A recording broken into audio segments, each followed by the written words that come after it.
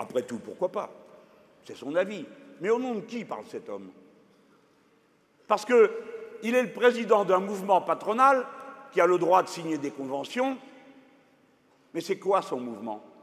Tous les syndicats de salariés passent par des élections professionnelles dans les entreprises, dans les branches. Tous les syndicats de salariés. Quand la loi a été refaite sur la représentativité syndicale, c'était prévu pour tout le monde. Et dans la nuit, il y a un député, je ne sais pas comment ça s'appelait à l'époque, UMP, LR, RPR, bon, ils changent chaque fois qu'ils ont des histoires avec la justice, c'est-à-dire souvent, qui a passé un amendement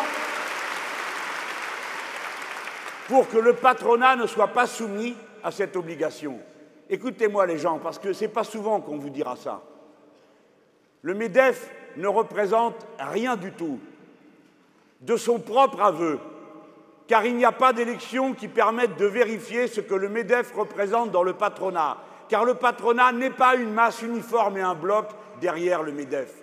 La dernière fois qu'on a voté le patronat des entreprises sociales et solidaires, vous savez, ces entreprises où il ne peut pas y avoir d'écart de salaire plus grand entre celui qui dirige et les autres que de 1 à 7. Eh bien, le patronat des entreprises sociales et solidaires représentait 19% des suffrages exprimés du patronat. Or, seul le MEDEF, mettant en coupe réglée tous les autres, a à sa main le pouvoir de signer des conventions collectives, mais aussi de distribuer quelque chose dont vous ne savez sans doute pas que ça existe, qui sont les mandats sociaux du patronat dans les différents organismes où se prennent les décisions. Et c'est ainsi que le MEDEF, une fois qu'il tient tout, commence à distribuer aux autres organisations patronales selon qu'elles lui sont plus ou moins amitieuses et respectueuses de sa toute-puissance. Et c'est de cette manière qu'il représente 700 000 mandats sont distribués par le MEDEF aux autres organisations patronales. Le MEDEF ne représente que 21% des organisations et des entreprises de ce pays, selon ses dires. Mais quand on regarde l'annuaire, il ne représente que de 3 à 10% des entreprises. Alors voici ce que j'ai à vous dire. J'accepte la confrontation avec ce soi-disant mouvement des entreprises de France, loyal, confrontation démocratique. Alors voici ce que j'ai annoncé au patronat. Aux uns une bonne nouvelle, aux autres une mauvaise. Dorénavant, les patrons vont voter pour désigner qui les représente. Tous vont le faire.